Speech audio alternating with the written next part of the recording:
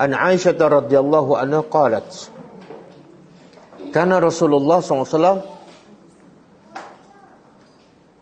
yastaftihu as-salata bitakbir wal qira'ah bilhamdulillahi rabbil alamin, wa kana idza raka'a lam yuskhis ra'sahu wa lam yusawwibhu walakin baina dhalika wa kana idza rafa'a min ar-ruku' lam yasjud hatta yastawi qa'iman. Hadis sahih riwayat Muslim.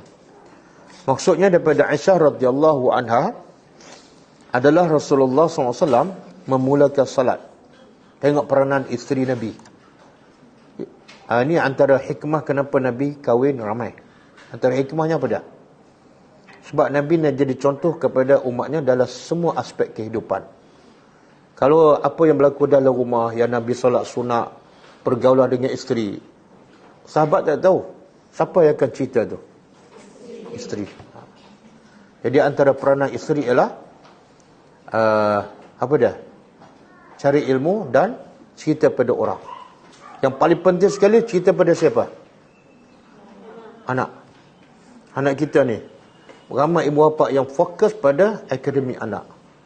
Solat lintang pukan, solat tak khusyuk, solat rokok tak lurus. Kan, solat habis waktu, dia tak kisah sangat. Yang dia fokus ialah akademik anak. Ini, bila anak tu akan mula nak belajar solat, bila dah tua, kadang-kadang tak jumpa juga tempat belajar yang betul. Cuba bayangkan, anak kita macam orang tua kan. Sampai pergi masjid pun tak ada orang ajar cara solat yang betul dan khusyuk. Sampai mati, dia mati dalam keadaan punca daripada mak bapak tak didik anak cara solat yang betul daripada kecil. Sebab tu Nabi sayang pada kita. Nabi sayang pada umat dia. Apa pesanan Nabi? Pesanan Nabi ialah ajarlah anak-anak kamu solat ketika umur 7 tahun.